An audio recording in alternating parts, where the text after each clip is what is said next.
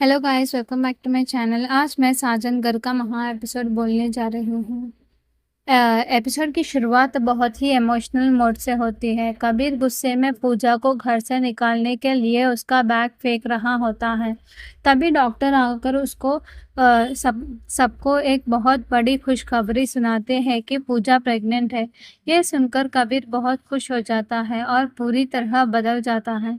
वो पूजा से माफ़ी मांगता है और उसे घर से बाहर निकालने का अपना फैसला बदल देता है। घर की सदस्य अंबिका जी को भी पछतावा होता है कि वो गुस्से में आकर अपने घर के असली वारिस को बाहर निकाल रही थी।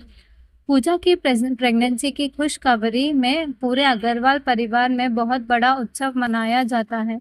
घर को बहुत खूबसूरत सजाया जाता है। दादी साहब पूजा को एक शगुन की चुनरी भेंट करती है, जो उनके परिवार की खानदानी विरासत होती है।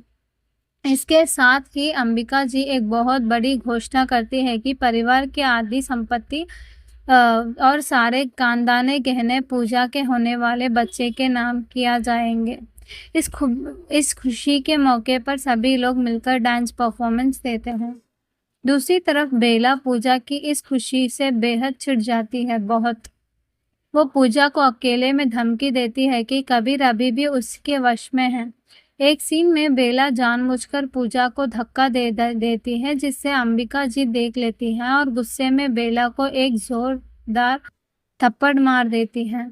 लेकिन जब कबीर वहां आता है तो बेला के वशीकरण के असर की वजह से वो अपनी माँ की बात ना सुनकर बेला का साथ देता है और उसे बचा कर अपने कमरे में ले जाता है।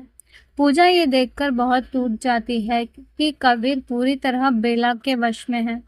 बेला एक नए दाव खेलती है और एक पार्सल मंगवाती है जिसमें सिंदूर होता है।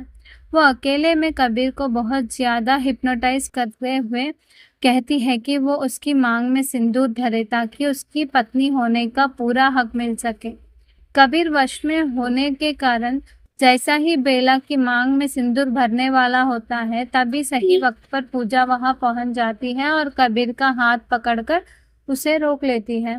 सिंदूर नीचे गिर जाता है और बेला का प्लान खराब हो जाता है। गुस्से में बेला पूजा को धमकी देती है कि आज तो तुम्हें बचा लिया, पर कल मैं तुम्हारे पति के से मंगलसूत्र पहनवा लूंगी। पूजा को समझ आ जाता है कि कबीर जी को सिर्फ कोई बहुत बड़ी तपस्या ही इस काले जादू से बचा सकती है। वो एक तांत्रिक दादी से मिलती है जो वशीकरण तोड़ने का एक बहुत ही कठिन रास्ता बताती है। अब अगला एपिसोड में क्या होने वाला है वो देखा जाएगा। तब तक please wait, watch and subscribe. Thank you so much.